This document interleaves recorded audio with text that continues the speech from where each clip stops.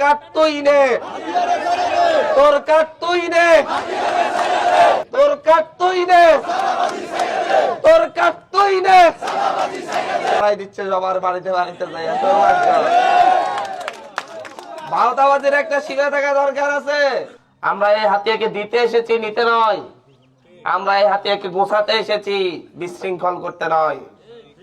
যারা এই হাতিকে বিশৃঙ্খল করতে চাচ্ছে, সন্ত্রাস কবলিত করতে চাচ্ছে, তাদের বিরুদ্ধে আমাদের একক লড়াই চলবে ইনশাআল্লাহ। আমরা আমাদের এই লড়াই মানে যে লাঠালাঠি করা তা নয়। আমাদের এই লড়াই হবে শান্তিপূর্ণ লড়াই।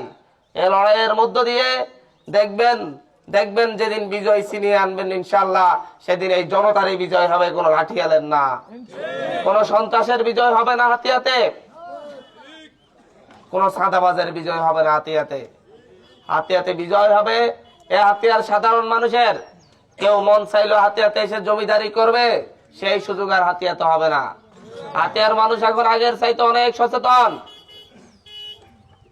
হাতিয়ার মানুষ হাতিয়ার জন্য রাজনীতি করবে।